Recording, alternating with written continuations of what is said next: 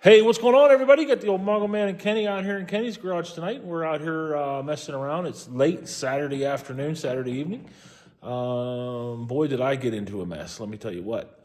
KJ was putting Larry back together there. As you can see, Larry is looking prime.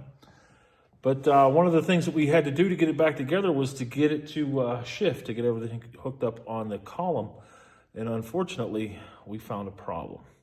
So what happens when you find a problem and you don't want to go out and buy another column, or you don't have another tilt column? You tear one apart and you fix it. So here's the column out of Larry. As you can see, it is all back together. And that column had several issues. The pin was missing out of the shift lever. The shift lever was not the bushing. There's a rubber bushing in there right there. That bushing was missing. And well, the biggest problem is you would shift it and it would go into gear, but you couldn't take it back out of gear. And what was happening is inside of that thing, this lever is hooked to a, it's laying right there.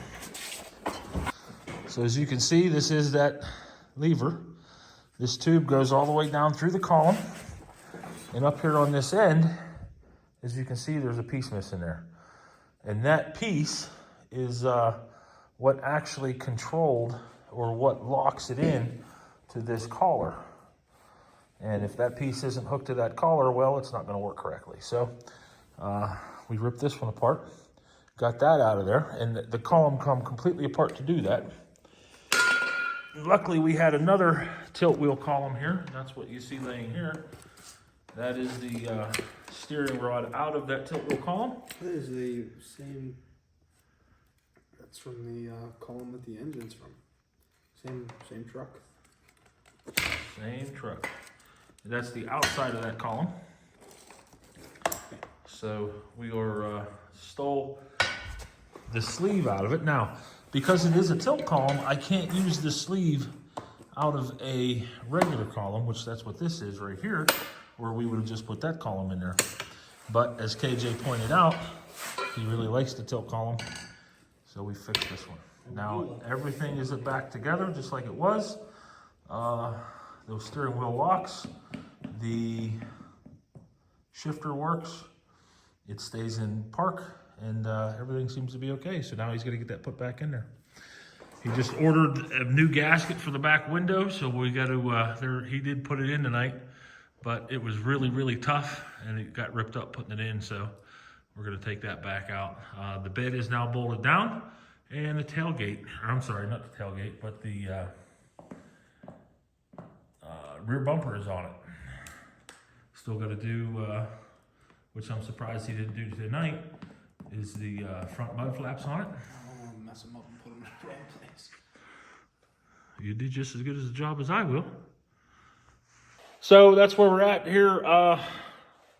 Been slow going. I had a whole bunch of work to do in the house.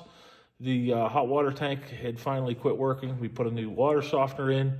I busted up a couple drains that weren't draining water like they should. And just the whole homeowner thing that we had to get done there this week kind of kept me out of the garage and out here helping Kenny. But as you can see, he did get the 3-inch blocks out of it. And now Larry is sitting level once again. Looks really nice. So just a bunch of little detail stuff. And this is where it takes the time to make it right. I could have cobbled, we could have put a regular column back in it, or we could have cobbled something together, but taking that column completely apart and fixing it like that, now that problem's over. We don't have to deal with it anymore. We got the column all back together. We got the shifter correct, and now he'll have a nice, reliable steering column again. So, but that's all I have for tonight, guys. Nice short video here. Hopefully you guys are having a good weekend and things are going well for you. I think tomorrow night, maybe, or tomorrow sometime, I'll get out here and get that hood buffed and we can get it on there.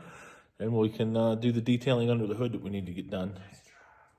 KJ can get this steering column back in there and we can see if this thing will ride down the road. He's got the transmission's been serviced, the oil in the transfer case has been changed. All the diffs are full and not leaking on the ground. Brakes have been fixed. The only thing we got to do, and I'm surprised he didn't get it yet, was that front park brake cable needs to be replaced. And then the park brake will be hooked back up. Seat, did you bolt the seat back in it? No. Seat needs to be bolted back in it, and I think that's about it. Larry is almost done. All right, everybody, that's it. KJ, say bye to the people. People. He gets so excited, doesn't he? All right, guys, see y'all later. Mongo Man's out.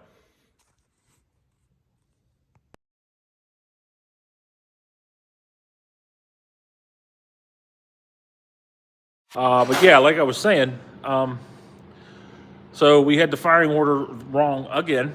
We got that straightened away. Got it fired up. It ran good for about 20 seconds, and then it started to load up real bad.